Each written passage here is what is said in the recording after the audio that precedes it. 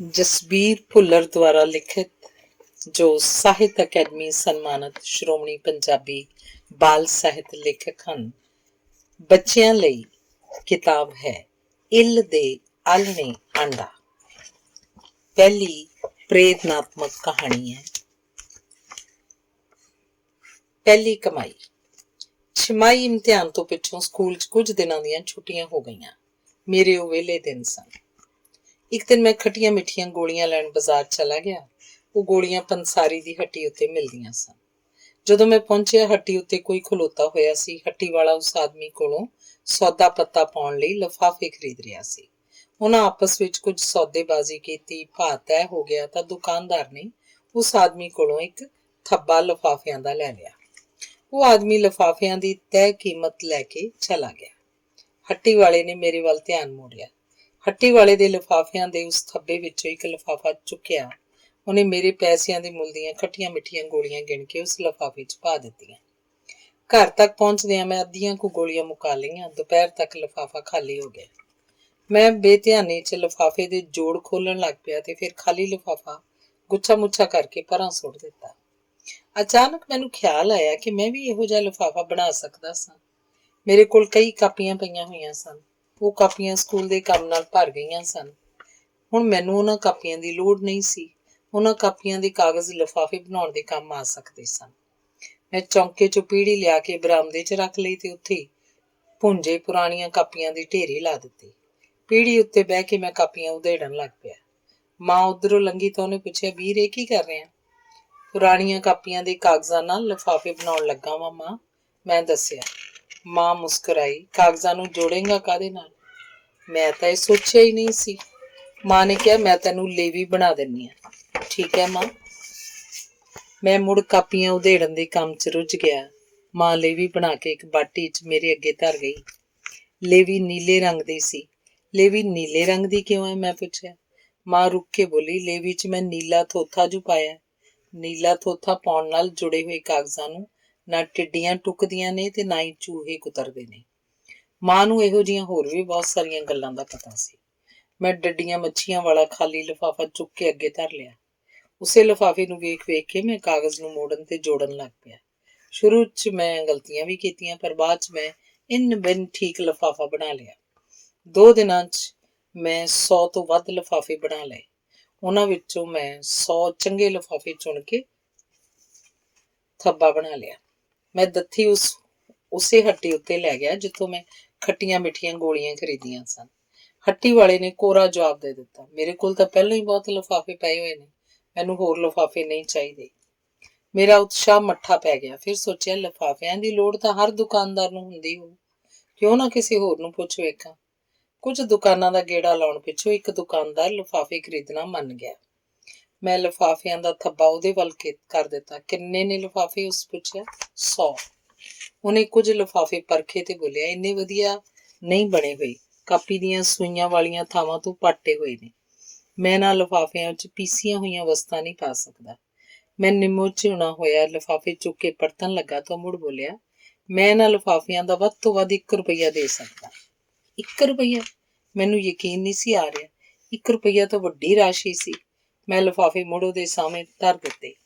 ਉਹਨੇ ਗੱਲੇ 'ਚੋਂ 1 ਰੁਪਈਆ ਕੱਢ ਕੇ ਮੈਨੂੰ ਫੜਾ ਦਿੱਤਾ। ਉਹ 1 ਰੁਪਈਆ ਮੇਰੀ ਉਮਰ ਦੀ ਪਹਿਲੀ ਕਮਾਈ ਸੀ ਤੇ ਸਭ ਤੋਂ ਵੱਡੀ ਵੀ। ਉਸ ਤੋਂ ਪਿੱਛੋਂ ਤਾਂ ਕਮਾਈਆਂ ਹੋਈਆਂ ਵੱਡੀਆਂ ਵੱਡੀਆਂ ਰਕਮਾਂ ਵੀ ਉਸ 1 ਰੁਪਏ ਦੇ ਸਾਹਮਣੇ ਨਿੱਕੀਆਂ ਹੀ ਦਿਸਦੀਆਂ ਰਹੀਆਂ। ਧੰਨਵਾਦ। ਅਗਲੀ ਪ੍ਰੇਰਨਾਤਮਕ ਕਹਾਣੀ ਹੈ ਇੱਲ ਦੇ ਆਲ੍ਹਣੇ ਆਂਡਾ। ਸਕੂਲ 'ਚ ਅੱਧੀ ਛੁੱਟੀ ਦੀ ਘੰਟੀ ਖੜਕੀ। ਮੁੰਡੇ ਜਮਾਤਾਂ 'ਚੋਂ ਨਿਕਲ ਕੇ ਬਾਹਰ ਵੱਲ ਨੂੰ ਦੌੜੇ। ਕੁਝ ਮੁੰਡਿਆਂ ਦੇ ਘਰ ਸਕੂਲ ਦੇ ਨੇੜੇ ਸਨ। ਉਹ ਆਪੋ ਆਪਣੇ ਘਰੇ ਖਾਣਾ ਖਾਣ ਚਲੇ ਗਏ। ਜਿਨ੍ਹਾਂ ਦੇ ਘਰ ਦੂਰ ਸਨ, ਉਹਨਾਂ ਰੋਟੀ ਪੱਲੇ ਲਿਆਂਦੀ ਹੋਈ ਸੀ। ਉਹ ਇੱਧਰ ਉੱਧਰ ਛਾਂ ਲੱਭ ਕੇ ਖਾਣਾ ਖਾਣ ਬੈਠ ਗਏ। ਜੈਬੇ ਨੇ ਰੋਟੀ ਖਾਂਦਿਆਂ ਮੈਨੂੰ ਇੱਕ ਨਵੀਂ ਗੱਲ ਸੁਣਾਈ। ਕੱਲ ਤਾਂ ਯਾਰ ਹੱਦ ਹੀ ਹੋ ਗਈ। ਕੀ ਹੋਇਆ? ਮੈਂ ਪੁੱਛਿਆ।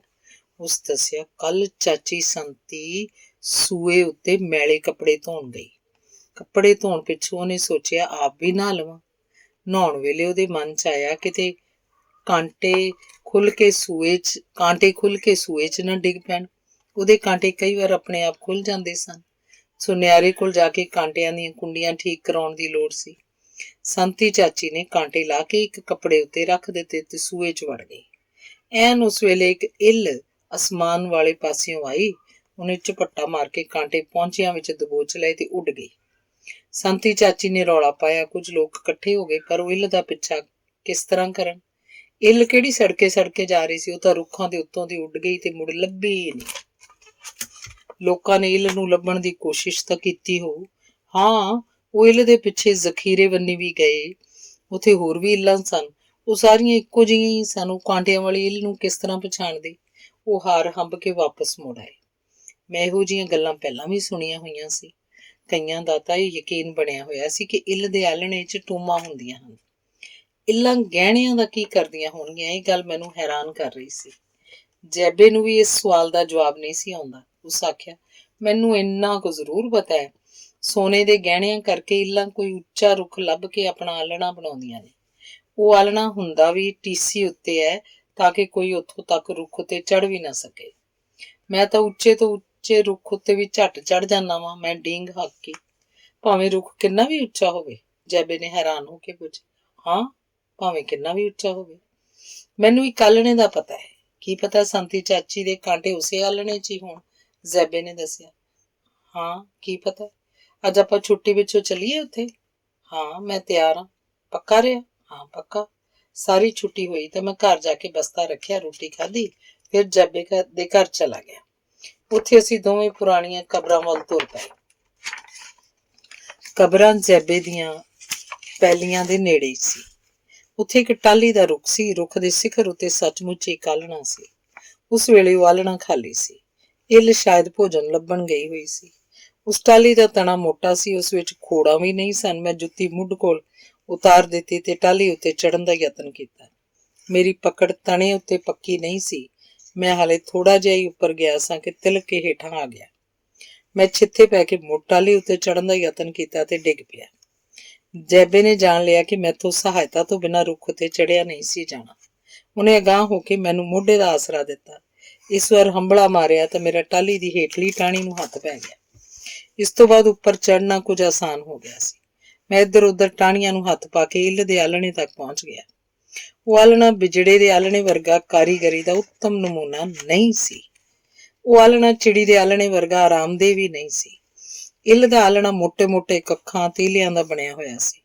ਉਹ ਆਲਣਾ ਬੇਢੱਬਾ ਤੇ ਕਰੂਪ ਸੀ। ਉਸ ਆਲਣੇ 'ਚ 2 ਅੰਡੇ ਪਏ ਸਨ। ਉੱਥੇ ਕੋਈ ਵੀ ਟੂਮ ਛੱਲਾ ਨਹੀਂ ਸੀ।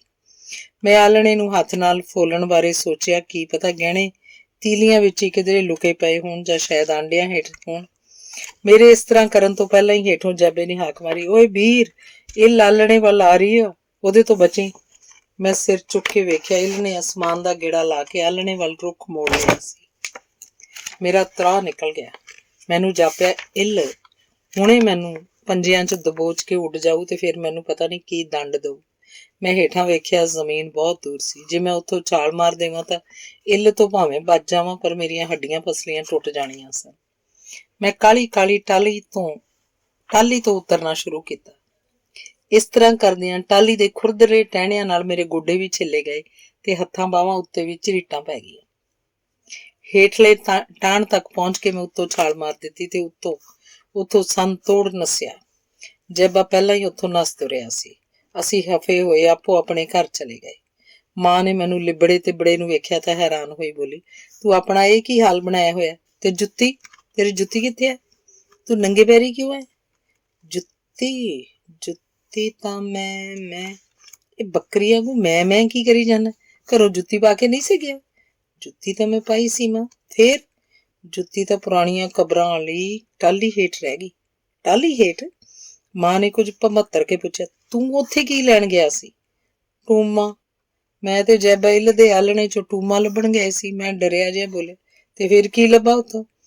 ਮਾਂ ਦੇ ਬੋਲ ਕੁਝ ਨਰਮ ਪੈ ਗਏ। ਆਂਡੇ।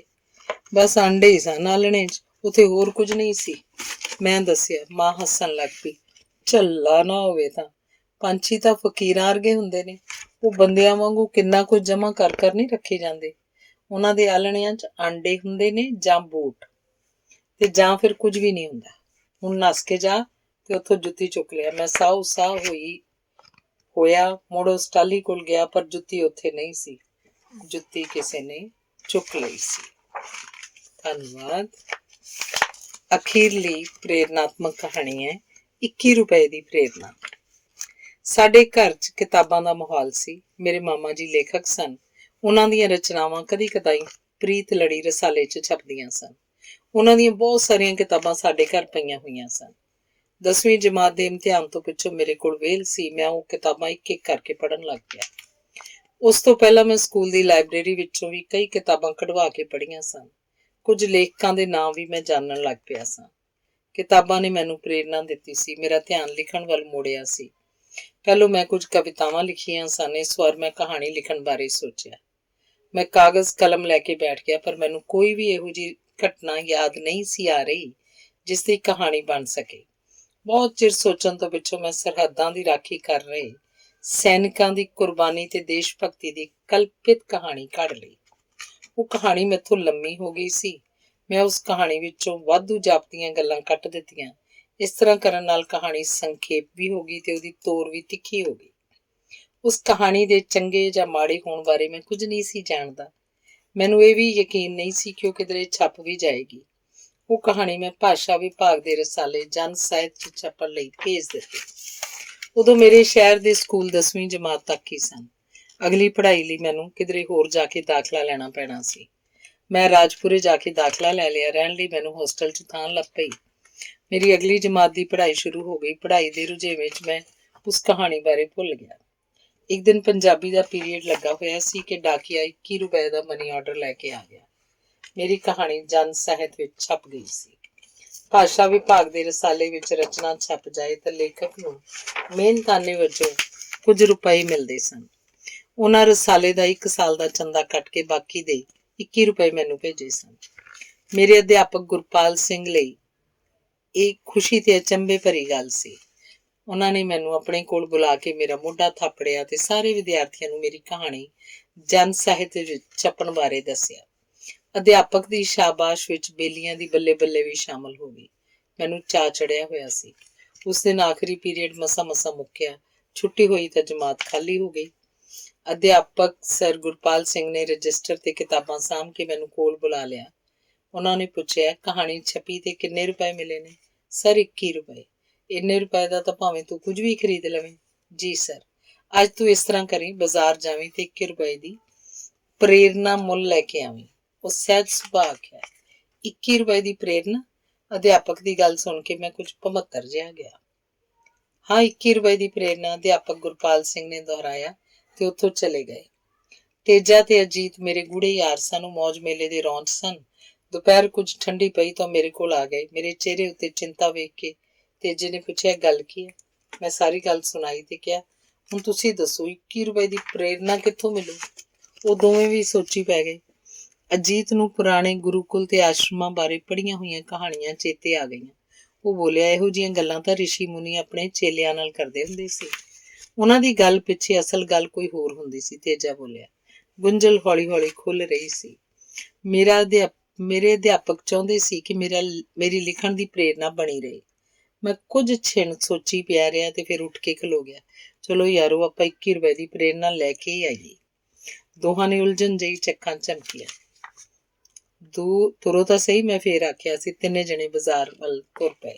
ਸਭ ਤੋਂ ਪਹਿਲਾਂ ਮੈਂ ਫੁੱਲ ਸਕੇਪ ਕਾਗਜ਼ਾਂ ਦਾ ਪਲੰਦਾ ਤੇ ਲਿਖਣ ਲਈ ਪੈਨ ਖਰੀਦਿਆ। ਉਸ ਤੋਂ ਪਿੱਛੋਂ 12 ਰੁਪਏ ਦਾ ਸਟੋਵ ਮੁੱਲ ਲੈ ਲਿਆ। ਚਾਹ ਬਣਾਉਣ ਲਈ ਅਸੀਂ ਇੱਕ ਨਿੱਕੀ ਜਿਹੀ ਪਤੀਲੀ, ਪੌਣੀ, ਚਾਹ ਪੱਤੀ, ਖੰਡ, ਤੇਲਾਂ ਵਾਲੀ ਡੱਬੀ ਤੇ ਸਟੋਵ ਲਈ ਇੱਕ ਬੋਤਲ ਮਿੱਟੀ ਦਾ ਤੇਲ ਵੀ ਖਰੀਦ ਲਿਆ। ਇੰਨਾ ਸਮਾਨ ਖਰੀਦ ਕੇ ਵੀ ਕੁਝ ਰੁਪਏ ਮੇਰੀ ਜੇਬ 'ਚ ਬਾਕੀ ਰਹਿ ਗਏ ਸਨ। 21 ਰੁਪਏ ਪੂਰੇ ਕਰਨ ਲਈ ਅਸੀਂ ਮੁਰਲੀ ਹਲਵਾਈ ਦੀ ਦੁਕਾਨ ਤੇ ਚਲੇ ਗਏ। ਉੱਥੋਂ ਮਠਿਆਈ ਨਾਲ ਲੇੜ ਕੇ ਅਸੀਂ ਵਾਪਸੀ ਦਾ ਰਾਹ ਫੜ ਲਿਆ। ਮੈਂ ਜੋਸ਼ ਨਾਲ ਭਰਿਆ ਹੋਇਆ ਸੀ। ਮੇਰੇ ਜੋਸ਼ ਦੀ ਲਾਗ ਦੋਹਾਂ ਬੇਲੀਆਂ ਤੱਕ ਵੀ ਪਹੁੰਚ ਗਈ ਸੀ। ਤੇਜੇ ਨੇ ਆਖਿਆ, ਵੇਖ ਲਓ ਭਾਵੇਂ, ਹੁਣ ਮੈਂ ਵੀ ਕਹਾਣੀਆਂ ਲਿਖਿਆ ਕਰਨੀਆਂ ਨੇ। ਅਜੀਤ ਵੀ ਕਦੋਂ ਪਿੱਛੇ ਰਹਿਣ ਵਾਲਾ ਸੀ। ਉਹ ਬੋਲਿਆ, ਮੈਨੂੰ ਤਾਂ ਪਹਿਲਾਂ ਹੀ ਆਪਣੇ ਪਿੰਡ ਦੀਆਂ ਕਈ ਕਹਾਣੀਆਂ ਦਾ ਪਤਾ ਹੈ। ਮੈਂ ਵੀ ਇਹ ਕਹਾਣੀਆਂ ਜ਼ਰੂਰ ਲਿਖੂ। ਮੈਂ ਐਲਾਨ ਕੀਤਾ, ਹੁਣ ਮੈਂ ਰਾਤ ਦੇਰ ਤੱਕ ਲਿਖਿਆ ਕਰਨਾ, ਦੇਰ ਤੱਕ ਪੜ੍ਹਿਆ ਕਰਨਾ ਤੇ ਜਦੋਂ ਵੀ ਨੀਂਦ ਆਉਣ ਲੱਗੂ ਚਾਹ ਬਣਾ ਕੇ ਪੀ ਲਿਆ ਕਰੂੰ। ਹੋਸਟਲ ਦੇ ਕਮਰੇ 'ਚ ਚਾਹ ਬਣਾਉਣ ਦੀ ਮਨਾਹੀ ਸੀ, ਪਰ ਮੇਰੇ ਜੋਸ਼ ਨੂੰ ਕੌਣ ਠੱਲ ਪਾਵੇ। 21 ਰੁਪਏ ਦੀ ਪ੍ਰੇਰਨਾ ਤੇ ਲਗਾਤਾਰ ਮਿਹਨਤ ਸਫਲਤਾ ਦਾ ਬਸ ਇੰਨਾ ਕੁ ਗੁਰ ਸੀ ਜਿਹੜਾ ਮੇਰੇ ਅਧਿਆਪਕ ਨੇ ਮੈਨੂੰ ਦੱਸਿਆ ਸੀ। ਉਹ ਪ੍ਰੇਰਨਾ ਮੇਰੇ ਕੋਲੋਂ ਕਦੀ ਮੁੱਕੀ ਨਹੀਂ ਤੇ ਉਸ ਰਾਹ ਉੱਤੇ ਤੁਰਦਾ ਮੈਂ ਕਦੀ ਥੱਕਿਆ ਵੀ ਨਹੀਂ। ਧੰਨਵਾਦ।